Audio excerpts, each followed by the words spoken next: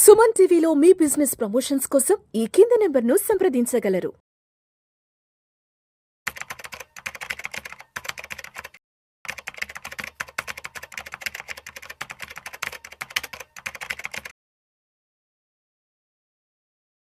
Welcome to Vishnu talks. నేను మీ Vishnu.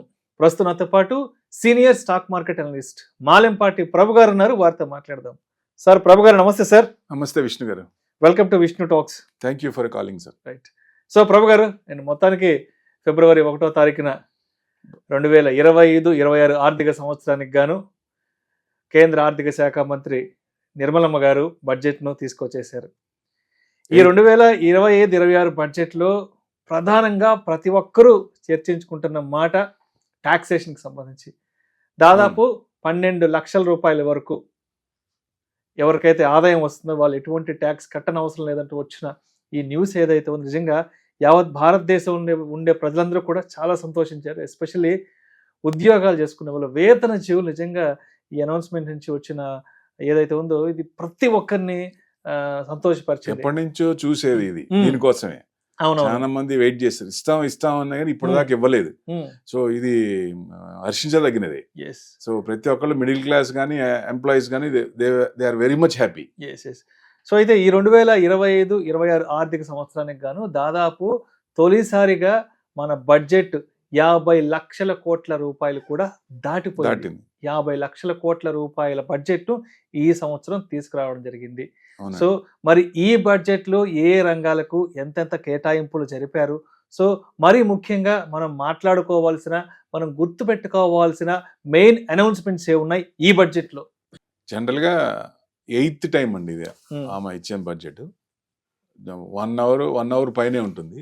But ఈసారి 74 మినిట్సే ఇచ్చేసుకోరు. వాళ్ళకి ఏంటంటే ఇది కేవలం జనతా జనార్దన్ బడ్జెట్ అని ముందే వాళ్ళు ఇదయ్యారు కాబట్టి ఆమె రావటంతోనే దేశం అంటే మట్టి కాదు, దేశం అంటే మనుషులే అందామా. సో అంటే అప్పుడే అర్థమైపోయింది. సో ఇది Janata Janardhan budget, middle class వాళ్ళకి, లోవర్ మిడిల్ క్లాస్ ఫ్యామిలీస్ కి అట్రాక్ట్ చేసుకోవాల్సిన బడ్జెట్ వాళ్ళు. ఎందుకంటే ఇది మెయిన్ ఈ ఆలోచన రావటానికి కూడా ఒక కారణం ఉందండి. సోషల్ మీడియాలో విపరీతంగా ట్రోల్ అయింది మీ మేనేజ్మెంట్ కానీ మీకు కానీ. ఎందుకంటే ఎంత భగీరథ ప్రయత్నం అంటే, ఎంత కంటిన్యూస్గా వీళ్ళు ఎందుకు ఇవ్వరు అంటే టోటల్గా చూస్తే అసలు ఈసారి ఇవ్వకపోతే ఏమైపోతామో అన్న ఇది వచ్చింది వాళ్ళకి, ఒక థాట్ వచ్చింది. సో అందుకని నిజంగా హ్యాట్స్ ఆఫ్ చెప్పొచ్చు సోషల్ మీడియా అంతా. It's very good. ఎందుకంటే 12 లక్షలు అనేది ఎప్పటి నుంచో అసలు 10 లక్షలు ఇస్తారే అనుకున్నారు. 10 లక్షలు కూడా ఇస్తారా లేదా అనుకున్న దాన్ని 12 లక్షలు ఇచ్చారంటే ఇట్స్ ఫ్యాంటాస్టిక్ కదా. భగీరథ ప్రయత్నం సఫలీకృతం అయినట్టే. So hats off to you sir. So ఇట్లా మెయిన్ ఏంటంటే వాళ్ళు ట్యాక్స్ స్లాబే మార్చారు. ట్యాక్స్ స్లాబ్ బాగా 12 lakhs వరకు ట్యాక్స్ లేదు. అంటే 12 లక్షల లోపల ఉన్న వాళ్ళకి ట్యాక్స్ లేదు. సపోజ్ ఎవరికన్నా 12 లక్షలు దాటింది అనుకోండి, అది డిఫరెంట్ గా వచ్చేస్తుంది మళ్ళీ. సో 4 lakhs వరకు ట్యాక్స్ ఉండదు. 12 lakhs అయితే 68,000 పాతది ఉండేది, అక్కడికి మనకి అది కూడా వేవ్ అయిపోతుంది. 69,000 వస్తుంది. అదే మీకు 15 లక్షలు అనుకోండి, 1,25,000 లాస్ట్ టైం వచ్చేది, ఇప్పుడేమో 93,750 వస్తుంది రివైజ్ అయిన తర్వాత. 20 lakhs కేమో 2,67,000 వస్తే 1,85,000 వస్తుంది. అంటే 25 lakhs కి 4,17,000 అవుతే 3,07,500 వస్తుంది. సో ఇది జనరల్ గా దీనికోసం విపరీతంగా వెయిట్ చేశారు చాలా మంది. సో ఎక్కువ మందికి ఉద్యోగస్తులకి మంచిది బెనిఫిట్, వరాల జల్లు ఇది 100%. ఎప్పటి నుంచో తీరని కోరిక అనుకోవచ్చు ఒక రకంగా. సో ఇప్పుడు మోక్షం కలిగింది కేవలం సోషల్ మీడియా వల్ల ఇది జరిగింది. నా రిక్వెస్ట్ ఏంటంటే ఇదే కంటిన్యూషన్ కూడా నెక్స్ట్ కూడా కొంచెం తీసుకెళ్తే, హైప్ తీసుకెళ్తే అన్ని పెరిగిపోతున్నాయండి, విపరీతంగా పెరుగుతున్నాయి. శాలరీస్ పెరగట్లా, మిడిల్ క్లాస్ వాళ్ళు పెరగట్లా, శాలరీస్ ఏమో అట్లనే ఉన్నాయి. అన్ని వస్తువులు మనం ఏది కొన్నా పెరిగిపోతున్నాయి. సో 20 lakhs వరకు చేస్తేనే కరెక్ట్. ఇది నెక్స్ట్ చిన్నగా కొంచెం మీడియా సపోర్ట్ తో 20 lakhs వరకు తీసుకెళ్తే బెస్ట్ అని నా ఉద్దేశం. డెఫినెట్ గా అందరూ హ్యాపీగా ఉంటారు. 12 లక్షలు కూడా మంచిది. ఇది జనరల్ గా బీజేపీ ఇంత అమౌంట్ ఎప్పుడు ఇవ్వలేదు. వాళ్ళు ఫస్ట్ నుంచి కూడా ఇస్తా ఉన్నారే కానీ ట్యాక్స్ హోప్స్ అనేది ఫెంటాస్టిక్. నిజంగా హ్యాట్స్ ఆఫ్ టు మోడీ అనుకోవచ్చు ఈసారి. So it's right decision right టైంలో. అది కూడా ఎలక్షన్స్ ఉన్నాయి ఇచ్చిన బెనిఫిట్ అవుతుంది కదా, ఇంతమందికి బెనిఫిట్ అవుతుంది కదా. ఇట్స్ ఎ పాజిటివ్ పాయింట్ అండి. సో నెక్స్ట్ అంటే మోర్ డిస్క్రిషనరీ అమౌంట్ జనాల దగ్గర ఉంటుంది. అంటే ఇప్పుడు క్యాష్ మన దగ్గర ఉంటుంది. ఇదివరకు ట్యాక్స్లు కట్టి అవి కట్టి అన్ని చూస్తే శాలరీ అయిపోగానే ఏం మిగిలేదు కాదు. ఇప్పుడు అమౌంట్ మిగులుతుంది కాబట్టి ఇన్వెస్ట్మెంట్, సేవింగ్, స్పెండింగ్ పెరుగుతాయి. అంటే మార్కెట్లో రొటేషన్ అవుద్ది, జీడిపి పెరుగుతుంది. ఇది వెరీ గుడ్ పాజిటివ్. అంటే ఈ బడ్జెట్ ని ఇట్లానే చూడాలి. మిగతా సెక్టర్ కి పెద్ద విపరీతంగా ఇచ్చినట్లేదు, ఎక్స్పెక్ట్ చేసినంత కూడా ఇవ్వలేదు. ఓన్లీ ట్యాక్స్ మటుకు బాగా ఇచ్చేశారు. సో ఇప్పుడు ఆటోస్ ఉన్నాయి అంటే జనాల దగ్గర ఎక్కువ డబ్బులు ఉంటాయి కాబట్టి ఇంకా ఈవెన్ ఖర్చు చేయడానికి ఎక్కువ, స్పెండింగ్ చేయడానికి ఎక్కువ ఇది అవుతారు. ఆటోస్ కానీ, స్విగ్గీ కానీ, ఎస్బీఐ కార్డ్స్ మీద కూడా ఇచ్చేస్తారు కాబట్టి, ఏషియన్ పెయింట్స్, డ్రీమ్ ఫోక్స్ ఇట్లాంటి అన్ని కంపెనీస్ అన్ని బాగుంటాయి. ఎఫ్ఎంసీజీ పిఈ 5 years పిఈ 41 ఉందండి. 41 ఉంది. ఇక్కడేమో 45 ఉంది ప్రెసెంట్. సో ఎఫ్ఎంసీజీ ఇప్పుడు ప్రస్తుతానికి అంత రియాక్ట్ అయినా లాంగ్ టర్మ్ లో అంత రియాక్ట్ అయ్యే ఛాన్స్ లేదు. ఆటోస్ మటుకు 79 పిఈ ఉంది, 5 years పిఈ. సో అది ఇప్పుడు చూస్తే 22 ఉంది. It's very good. ఆటోస్ మటుకు ఈ సంవత్సరం విపరీతంగా పెరుగుతాయి. కార్లు ఇవన్నీ భయంకరంగా పెరుగుతాయి. దాంట్లో ఇన్వెస్ట్మెంట్ చేసుకోవచ్చు. సో ఆటోస్, ఎయిర్లైన్స్, డిస్క్రిషనరీ పెరుగుతుంది కాబట్టి టూరిజం అవన్నీ పెరుగుతాయి. దానివల్ల మెయిన్ ఇది అవుతుంది. ఎఫ్ఎంసీజీలో 3 పిల్లర్స్ మెయిన్ తీసుకుంటే rural infrastructure, manufacturing, consumer spending. వీటి వల్ల కన్జ్యూమర్ స్పెండింగ్ రూరల్ జరిగితే ఏమవుతుంది, జాబ్ క్రియేషన్ అవుతుంది. జాబ్ క్రియేషన్ అయితే ఎకనామిక్ యాక్టివిటీ పెరుగుతుంది. సో దానివల్ల ప్లస్ అవుతుంది. ఇట్లా చూసుకుంటే ఎకనామిక్ సర్వే ఏం చెప్పిందంటే కోవిడ్ లో చూసిన తర్వాత 6 లక్షల డాక్టర్లు అవసరం అవుతారు అని చెప్పారు. అందుకని నెంబర్ ఆఫ్ సీట్స్ పెంచుతున్నారు. నెంబర్ ఆఫ్ కాలేజ్ కూడా, మెడికల్ కాలేజ్ కూడా పెరుగుతాయి. It's very good sign.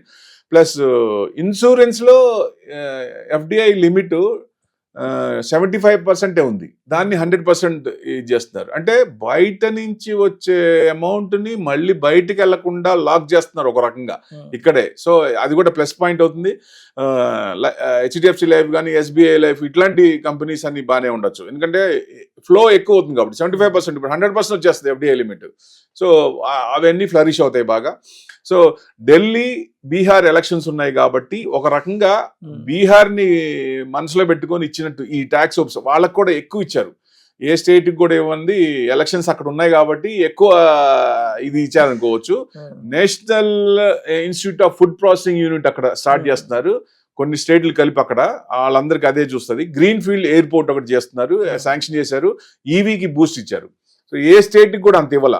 So definite గా బీహార్ ఎలక్షన్స్ ఉన్నాయి కాబట్టి ఇన్నారు. ప్లస్ 50 places కి టూరిస్ట్ స్పాట్స్ బాగా దానికి బాగా డెవలప్ చేస్తున్నారు. సో ఇట్లా ఎంఎస్ఎంఈకి 10 crores లోన్స్ వచ్చాయి. దాన్ని 20 crores చేశారు. సో కొత్త ఇది కంపెనీస్ వచ్చే అవకాశం ఉంటుంది. డెఫినెట్ గా గ్రోత్ ఉంటుంది. న్యూక్లియర్ ఎనర్జీ ప్రైవేట్ లిమిటెడ్ వీటికి కూడా బాగా ఇది ఇచ్చారు. న్యూ స్కీమ్స్, ఆన్లైన్ ప్లాట్ఫామ్ చేసే వాళ్ళకి, వర్కర్స్ వాళ్ళకి ఐడెంటిటీ కార్డ్స్ కానీ, రిజిస్ట్రేషన్ కానీ ఈ శ్రామ్ పోర్టల్ అని ఒకటి పెట్టారు. సో దానివల్ల ఏంటంటే ఎక్కువ మంది ఇదివరకు ఆరోగ్య ప్రైమ్ మినిస్టర్ జన ఆరోగ్య దాని కింద వచ్చేవాళ్ళు కాదు. వీళ్ళందరూ బెనిఫిట్ అవుతారు. టెంపరీ జిగ్ వర్కర్స్ అంటారు వాళ్ళందరూ. ఎందుకంటే middle class and lower middle class కే ఈ బడ్జెట్ అనుకోవాలి ఈసారి. సో డెఫినెట్ గా ఇది అందరికి బూస్ట్ చేసి ఇవి ఉన్నాయి. And PM prime minister Svanidhi scheme కింద కూడా 30,000 లోవర్ మిడిల్ క్లాస్ అంటే లోన్స్ కూడా 5,000, 10,000 ఇచ్చేవాళ్ళు వాళ్ళకి 30,000 పెంచారు. అంటే మార్కెట్ లోకి మనీని బూస్ట్ చేస్తున్నారు. సో రొటేషన్ ఎక్కువ అవుద్ది కానీ అందుకని ఎక్కువ ప్లస్ అవుద్ది, కన్సంప్షన్ ఎక్కువ అవుద్ది, మనకి పాజిటివ్ అవుతుందని. బాగా పూర్ పీపుల్, వల్నరబుల్ వాళ్ళకి కూడా, గ్రూప్స్ కూడా మంచి సపోర్ట్ చేయాలని, సస్టైనబుల్ లైవ్లీహుడ్ వాళ్ళకి ఇవ్వాలని, క్వాలిటీ ఆఫ్ లైఫ్ పెంచాలని. అంటే ఇప్పుడు దాకా ఏంటంటే ఓన్లీ కార్పొరేట్స్ కి ఇచ్చేస్తున్నారు, మిడిల్ అండ్ లోవర్ పట్టించుకోలేదు అన్న ఇది దీన్ని కొంచెం కనబరచడానికి అన్నట్టుగా కొంచెం డిఫరెంట్ చూపించారు ఈసారి. ఇట్స్ మంచిది అనుకోవచ్చు. ప్లస్ లెదర్ దానికి మంచి బూస్ట్ ఇచ్చారు ఇవాళ. హిందుస్థాన్ ఫుడ్స్ కూడా షూ మేకింగ్ కంపెనీలోకి వస్తోంది. సో మీర్జా ఇంటర్నేషనల్ 15% పెరిగింది, ఎప్పుడు అంత పెరగంది. సో రిలాక్స్ ఫుట్వేర్ కానీ బాటా కానీ ఇవన్నీ 8% 9% పెరిగినాయండి. అంటే లెదర్ దాంట్లో కొత్త పాలసీ తెచ్చి దాని నుంచి బెనిఫిట్ అయ్యేటట్టు, కొత్త ఎంప్లాయ్మెంట్ కూడా క్రియేట్ అయ్యేట్టు 22 లక్షల మంది ఎంప్లాయ్మెంట్ కొత్తగా క్రియేట్ అవుతుంది. సో ఇన్వెస్ట్మెంట్ కూడా 4 లక్షల కోట్లు దాంట్లో వస్తాయంట. సో ఎక్స్పోర్ట్స్ కూడా 1.1 lakh crore చేయొచ్చు, దాన్ని బూస్ట్ సపోర్ట్ ఇస్తున్నారు. సో మిర్జా కూడా 630 crores లో 2024 చేసింది, దాంట్లో 515 crores ఎక్స్పోర్టే ఉంది. సో ఎక్స్పోర్ట్ కూడా ఎక్కువ పెంచుతారనే ఉద్దేశం. సో దానివల్ల బెనిఫిట్ అవుతుంది. కిసాన్ క్రెడిట్ కార్డు ఫార్మర్స్ కి ఇచ్చే దాంట్లో కూడా 3 lakhs వరకే ఉండేది, దాన్ని 5 lakhs చేశారు. So it's very good sign. ఎందుకంటే ఫార్మర్స్ కి చాలా ఇబ్బంది పడుతుంటారు కాబట్టి పంట ఒక్కసారి సంవత్సరం బాగుంటుంది, ఒక్కో సంవత్సరం బాగుండదు. బాగున్నప్పుడు ఏమో ఇంటి ముందు ట్రాక్టరు, స్కూటరు, కార్లు వస్తాయి, బాగుండని సంవత్సరాల్లో అవన్నీ అమ్మేసుకొని మళ్ళీ నార్మల్ గా వస్తారు. సో దానికి అట్లా కాకుండా స్టేబుల్ గా వాళ్ళు కూడా రావడానికి సపోర్ట్ ఉండడానికి ఇలాంటి సపోర్ట్ ఇచ్చారు. It's a very good positive point అనుకోవచ్చు. 7.7 lakhs ఫార్మర్స్ కి బెనిఫిట్ అవుతారు. దాదాపుగా 9.81 lakh crores ఈ ఆపరేషన్ అవుతుంది. So amount, so it's very good sign. So total గా చూస్తే బడ్జెట్ ది మిగతా వాటికి అంత ఇవ్వలేదు, కానీ ఐటీకే రియాలిటీ సెక్టర్ కి 25% పడింది. అది రీసెంట్ గా మొన్నటి దాకా కన్జంప్షన్ కొంచెం పెరుగుద్దనే ఉద్దేశంతో జనాల దగ్గర డబ్బులు ఉంటాయి కాబట్టి కన్జంప్షన్ పెరుగుతుంది. సో ఇన్వెస్ట్మెంట్ పెరుగుద్ది కాబట్టి రియాలిటీ సెక్టర్ కూడా 9% పెరిగింది. అదొకటి ఏంటంటే రెంట్ల మీద వచ్చే ఇన్కమ్ దాదాపుగా 2.4 నుంచి 6.6 lakhs వరకు టీడీఎస్ కట్ చేయమని చెప్పారు. ఇది వెరీ గుడ్ పాజిటివ్ పాయింట్. దానికి టీడీఎస్ డిడక్ట్ చేయరు. ఇట్స్ వెరీ ఇది. సో మిగతాకి ఇవ్వండి. రైల్వేస్ కానీ, రైల్వేస్కి అసలు ఇస్తారనుకునేది క్యాపెక్స్ పెంచుతారనుకునేది పెంచలేదు. డిఫెన్స్ సెక్టర్ కొంచెం 12.9% క్యాపెక్స్ ఉంది, బూస్ట్ ఏమో 6.8 lakh crores చేశారు. అది కొంచెం సపోర్ట్ ఇచ్చారు. సో డిఫెన్స్ లో ఎందుకంటే విపరీతంగా పెరుగున్న స్టాక్స్ ఉన్నాయి, ప్రతి స్టాక్స్ కూడా అంత కాకుండా కేర్ఫుల్ గా ఏదైతే పెరగలేదో ఈ రీసెంట్ ఫాల్ లో కొన్ని 30 to 40% పడ్డాయి, అలాంటివి సెలెక్ట్ చేసుకొని దాంట్లో ఇన్వెస్ట్మెంట్ చేస్తే బెస్ట్. డిఫెన్స్ సెక్టర్ కూడా కొంచెం బూస్ట్ అయ్యేటువంటి జ్యువెలరీ స్టాక్స్ కూడా దానికి కూడా సపోర్ట్ చేశారు. ఎందుకంటే తరీఫ్ దానికి తగ్గి ఇచ్చేశారు, 20% చేశారు. ఎంతకుముందు ఇంకా చాలా ఎక్కువ ఉండేది, దాన్ని 20% చేశారు. 9% పెరిగింది ఆ సెక్టర్ కూడా. సో ఇట్లా పూర్తిగా బ్లూ ప్రింట్ ఇది బయటికి రాలేదు, మొత్తం చెప్పలేదు. సో డిఫరెంట్ గా ఇంకా ముందు ఎందుకంటే ఇప్పటి వరకు ట్యాక్స్ బెనిఫిట్ జనార్దన్ బడ్జెట్ అనుకుంటున్నారు. మిగతా వాటికి కూడా మిగతా సెక్టార్స్ కూడా ఏమేమి ఉన్నాయో ఏం బూస్ట్ ఇస్తారు. ఎందుకంటే మధ్యలో అమెండ్మెంట్స్ కూడా ఇవ్వచ్చు, దీంతో ఆపాల్సిన పని లేదు. సో వాటికి కూడా కొంచెం బూస్ట్ ఇస్తారు, జనరల్ గా మారుస్తారనే ఉద్దేశం. ఇస్తే మంచిది. ఇంకా అంటే ఎకానమీ మీద ఇంపాక్ట్ ఏంటి? ఎఫ్ఐఎస్ కానీ, ఎఫ్ఐఎస్ కంటిన్యూస్ గా అమ్ముతున్నారు, మరి వాళ్ళు ఏం పట్టించుకోలేదు, వాళ్ళకేం ఇచ్చేయలేదు. సో మెయిన్ మనకి డ్రాబ్యాక్ కల్లా ఎఫ్ఐఎస్ దాదాపుగా లాస్ట్ జనవరి నుంచి ఈ జనవరి తీస్తే దాదాపుగా 4 lakh crores దాకా అమ్మారు నియర్లీ. సో డెఫినెట్ గా మరి అంత అమౌంట్ బయటికి పోతే కష్టం కదా. సో వాళ్ళని అట్రాక్ట్ చేయాలి మెయిన్. ఎందుకంటే మనకి డిఐఎస్ రిటైల్ తో పాటు ఎఫ్ఐఎస్ కూడా కావాలి. వాళ్ళని వదిలేసుకుంటే ఎట్లా? వాళ్ళకి మటుకు ఎక్కడ ఏమి ఇవ్వలేదు. నేను అనుకుంటే మధ్యలో ఏమన్నా బూస్ట్ ఇచ్చి మళ్ళీ ఏదైనా చేయొచ్చు ఎఫ్ఐఎస్ కూడా. ఎందుకంటే వాళ్ళు ఎప్పుడు 5% బాండ్ ఈల్డ్ యూఎస్ లో వస్తున్నప్పుడు వాళ్ళు అట్రాక్ట్ అవుతున్నారు, ఏ టెన్షన్ లేకుండా అటు పోతుంది కాబట్టి. సో ఆ అమౌంట్ యూటర్న్ తీసుకోవాలంటే ట్యాక్స్ సోపు ఏదో ఒకటి ఎఫ్ఐఎస్ కి ఇవ్వాల్సిందే, ఇస్తేనే వస్తుంది. ఎప్పుడైతే ఆ బాండ్ ఈల్డ్ తగ్గుతుందో ఈ యూటర్న్ తీసుకున్నారో అప్పుడు మన మార్కెట్ ఇదవుతుంది. సో ఈ సంవత్సరం మిగతా వాటికి ఎక్స్పెక్ట్ చేసినంత బూస్ట్ సెక్టర్కి ఏమి ఇవ్వలేదు కాబట్టి మెయిన్ మనం చూడాల్సిందా fiscal deficit. 4.4% FY26. It's a very good sign. ఎందుకంటే ఎఫ్ఐఎస్ కూడా చూసేది ఇదే, ఎప్పుడైతే ఫిజికల్ డిఫిసిట్ తక్కువ ఉందో ఆ కంట్రీకి అప్పులు తక్కువ ఉంటాయి. సో డెఫినెట్ గా ఎవరికైతే అప్పులు తక్కువ ఉంటే వాళ్ళు ఫ్రెష్ గా స్ట్రాంగ్ ఉన్నట్టే లెక్క కదా. సో డెఫినెట్ గా వాళ్ళు అట్రాక్ట్ కావాలంటే it's a very good sign. 4.4% వరకు ఇది చేస్తున్నారు. అంటే స్టేబుల్ కంపెనీ అనుకోవచ్చు. ఇండియా స్టేబుల్ కంపెనీ లాగా, అవుట్లుక్ డెట్ లో కంపెనీ అని తీసుకోవచ్చు. సోవర్జిన్ రేటింగ్ కూడా will remain constant. So definite గా ఎక్కువ అట్రాక్ట్ కావడానికి అంటే ఇవన్నీ FIIs కి ఒకేసారి చెప్పకుండా సింపుల్ గా ఒక్కొక్క బాణం వదులుతున్నట్టు అనిపిస్తోంది. సో డెఫినెట్ గా ఈ కమింగ్ మంత్స్ లో మార్పులు రావచ్చు డెఫినెట్ గా. ఎందుకంటే 4.5% ఉంది ఇప్పుడు కాంగ్రెస్ గవర్నమెంట్ లో. సో తర్వాత కోవిడ్ లో అది 9.2కి వెళ్ళింది. సో ఇప్పుడు చిన్నగా దిగుతోంది 4.5 ఉంది. నెక్స్ట్ 26కి 25-26 4.4 ఎక్స్పెక్ట్ చేస్తున్నారు. డెట్ టు జీడిపి రేషియో 2020లో 90 ఉంది. డెట్ టు జీడిపి రేషియో కూడా తగ్గాలి. సో 24లో చూస్తే 83 ఉంది. యాక్చువల్గా 2014 మోడీ గవర్నమెంట్ ముందు 66, కాంగ్రెస్ గవర్నమెంట్ 66 ఆ రేంజ్ లో యావరేజ్ అవుతా ఉంది. అది 60 దాకా రావాలని ఎక్స్పెక్టేషన్ టార్గెట్. నెక్స్ట్ ఈ టర్మ్ లో దాదాపుగా దాన్ని కిందకు వచ్చే అవకాశాలు ఎక్కువ ఉన్నాయి. ఇవి ఈ మెయిన్. సో డెఫినెట్ గా బడ్జెట్ అనేది మిడిల్ క్లాస్ వాళ్ళకి అట్రాక్ట్ గానే ఉంది. సో డెఫినెట్ గా న్యూక్లియర్ ఎనర్జీ ఎమిషన్ అది కొంచెం బూస్ట్ ఇచ్చారు దానికి, ఆ సెక్టర్కి. ఎందుకంటే 2047 కల్లా 100 gigawatts చేయాలని, సో న్యూక్లియర్ ఎనర్జీ చేయాలని. అంటే 5 ఇండిజినియస్ ఎస్ఎంఆర్ అంటే స్మాల్ మాడ్యూల్ రియాక్టర్స్. సో దాన్ని చేస్తే ఎమిషన్ ఎక్కువ వస్తుంది. BHEL కానీ, HCC కానీ, LT కానీ, వాల్చంద్ నగర్ కానీ ఇట్లాంటి కంపెనీలు అన్ని బెనిఫిట్ అవుతాయి. సో మేజర్గా చూస్తే బూస్ట్ ఎక్కువ ఇచ్చింది ఐటీకే, మిగతాదంతా లేదు. మ్యాక్రోస్ పరంగా చూస్తే జాబ్ క్రంచ్ ఉంది. జాబ్స్ ఎక్కువ క్రియేట్ కావాలి అంటే లోన్స్ ఫ్రీ అవ్వాలి, ఈజీ డూయింగ్ బిజినెస్ రావాలి. దానికోసం బూస్ట్ ఇస్తున్నారు. సో గ్రోత్ ఛాలెంజెస్ ఉన్నాయి.